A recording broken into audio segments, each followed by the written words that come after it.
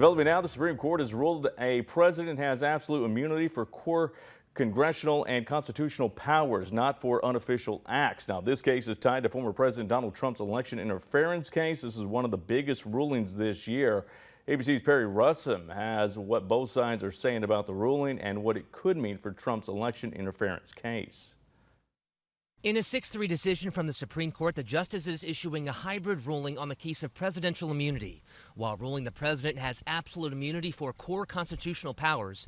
With the opinion of the court, Chief Justice John Roberts writes, the president enjoys no immunity for his unofficial acts, and not everything the president does is official. The president is not above the law.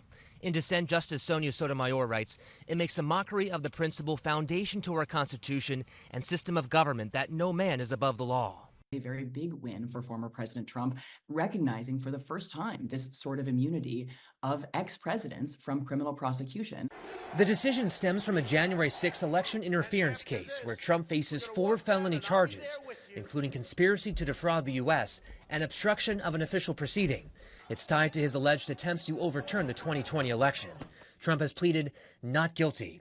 The Supreme Court asked to determine if Trump is immune from criminal prosecution. During oral arguments in April, the Department of Justice argued granting absolute immunity would put a president above the law. In a series of hypotheticals, Trump's legal team argued presidents should have absolute immunity for official acts.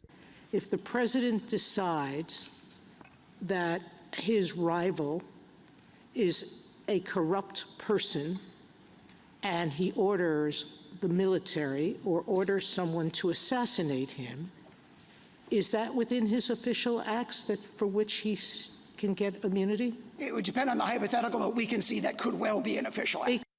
And the Supreme Court is ordering the lower courts to figure out exactly how to apply today's ruling to Trump's immunity case, delaying a case that's already been delayed until possibly after the election. At the Supreme Court, Perry Russum, ABC 30 Action News.